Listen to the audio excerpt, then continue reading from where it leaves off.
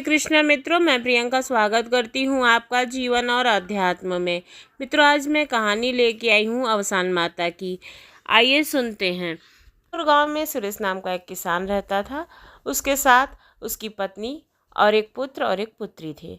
पुत्र बड़ा था तो उसने अपने पुत्र का विवाह करा दिया था और जो भी उसकी कमाई थी उससे अपनी बहू के लिए गहना जेवर और शादी ब्याह में खूब अच्छे से खुशी खुशी उसने खर्चा किया और अपने पुत्र के लिए एक दुकान खुलवा दी, जिससे उसका भरण पोषण चलता रहे, मतलब उसका एक व्यापार चलता रहे। सुरेश धीरे धीरे बीमार रहने लगा था। उसकी तबीयत में जरा भी सुधार नहीं आ रहा था, जिसकी वजह से उसके पुत्र पर सारी जिम्मेदारी आ गई थी। घर का सारा खर्चा उसी को देखना पड़ता था, वजह से वो बहुत परेशान रहता था। और जो सुरेश किसान था, उसकी जो पत्नी थी वो अवसान माता की बहुत बड़ी भक्त थी। जहाँ भी अवसान माता की पूजा होती वहाँ पर जाती थी, साथ में अपनी पुत्री को भी लेके जाती थी। और उसकी पुत्री भी माता की बहुत बड़ी भक्त थी। हमेशा माता के मंदिर में जाती, वहाँ साफ सफाई करती, जो भी प्रसाद मिलता वो लेकर के आती थी। जो लोग चढ़ाते थे, पंडित जी जो भी प्रसाद देते थे उसको वो लेकर के आती थी हर दिन। जब बृहस्पतिवार आता था तो औरतें अवसान माता की जब दुरदुरिया करती थी तो वहाँ पे भी जो प्रसाद मिलता था वो लेकर के आती थी। धीरे धीरे जो कन्या थी वो भी बड़ी हो गई थी।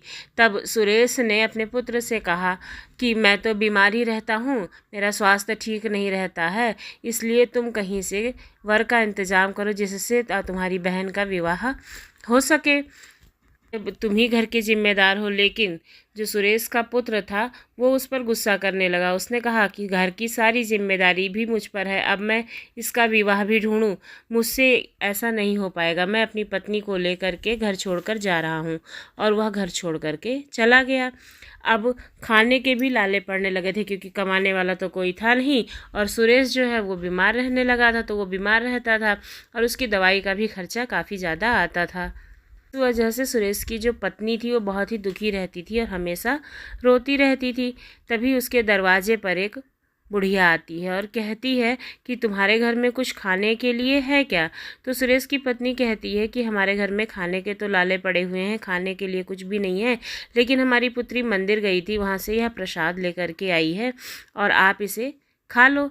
तब फिर जब वो उसको प्रसाद दे देती है बुढ़िया को, तो बुढ़िया पूछती है कि तुम इतनी दुखी क्यों हो और इतना तुम्हारा मन बेचैन क्यों है। तो बताती है कि हमारे घर में खाने के भी लाले पड़ गए हैं और हमारा पुत्र हमसे अलग हो गया है। हमारे पास एक पुत्री है जिसका विवाह जो है कराना है, विवाह के योग्य हो गई है, इससे मैं बहुत दुखी हूँ। तो फिर वो बताती है कि बगल के गांव में एक अंधा व्यक्ति है जिससे तुम अपनी पुत्री का विवाह करा सकती हो। तो वो बोलती है कि सब कुछ तो ठीक है, लेकिन अंधे व्यक्ति से, मतलब अंधे लड़के से अपनी पुत्री का विवाह मैं कैसे करा दूँ, सारी ज़िंदगी उसे भी ढोना पड़ेगा। तो वो कहती है, यह जो है वो कहती है कि वो जन्मजात बीमारी नहीं है और उसका जो पति है, वो जो लड़का है वो ठीक हो जाएगा और वो लोग दहेज वहेज नहीं मांगेंगे, बहुत परेशान है, तो तुम्हारी पुत्री का विवाह हो जाएगा। तभी उसकी पुत्री वहाँ आती है और कहती है कि मैं विवाह करने के लिए तैयार हूँ, मेरी तकदीर में जो कुछ भी होगा वो हो जाएगा। अब वो लोग उसके घर जाते हैं और विवाह तय कराते हैं। फिर धीरे धीरे समय बीतता है और उसका विवाह संपन्न हो जाता है। अब लड़की जो है वो उस अंधे व्यक्ति के साथ रहने लगती है, उसकी हमेशा सेवा करना, हर चीज़ का ध्यान रखना करती थी। लेकिन अब माता के मंदिर में नियमित जाना वो भूलती नहीं थी। कुछ भी घर में पैसा होता था तो वो बृहस्पतिवार को अवसान माता की पूजा उसी मंदिर में कराती थी।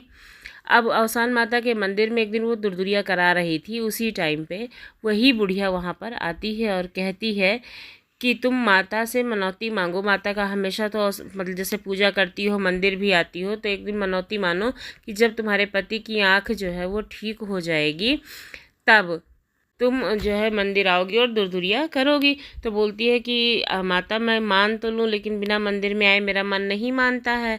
तो उसने बताया कि कोई बात नहीं है, लेकिन तुम मनौती मांगो। ऐसा यहीं पास में एक वैद्य हैं, वहाँ पर अपने पति को ले जा कर के दिखाओ तो उनकी आँख ठीक हो जाएगी।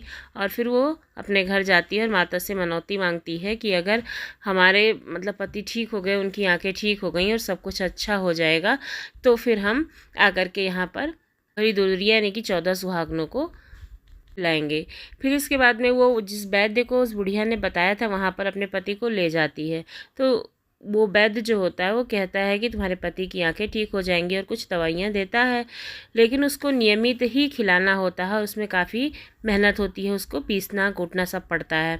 तो लड़की काफ़ी मेहनत करती है, पीसती कूटती है और अपने पति को समय समय पर दवाई खिलाती है, जिससे उसके पति की जो आंखें हैं वो ठीक हो जाती हैं। और फिर वो अपने व्यापार पर ध्यान देने लगा। वो एक बार एक्सीडेंट हुआ था जिसकी वजह से ही उसकी आंखें गई थी, और वो बहुत बड़ा व्यापारी था, लेकिन आंखों की जाने की वजह से वो अपना व्यापार नहीं कर पा रहा था, जिससे गरीबी आ गई थी। फिर अपने व्यापार में वो लग गया और काफ़ी मेहनत करके खूब धन कमाने लगा। लड़की ने अवसान माता की पूजा की मंदिर में और अपनी माँ को भी बुलाया। उसकी माँ ने भी मनौती मांगी कि अगर उसका पति ठीक हो जाएगा, स्वस्थ हो जाएगा, तो फिर वो माता की पूजा कराएगी। फिर धीरे धीरे करके उसके पति में सुधार आने लगा, यानी कि जो सुरेश किसान था उसके अंदर सुधार आने लगा। धीरे धीरे वो ठीक हो गया और फिर अपना खेती बाड़ी संभाल ली। उसके घर में भी सुख संपन्नता आ गई। अब दोनों माँ बेटी खुशी खुशी सुख संपन्नता के साथ रहने लगी थी माता की कृपा से।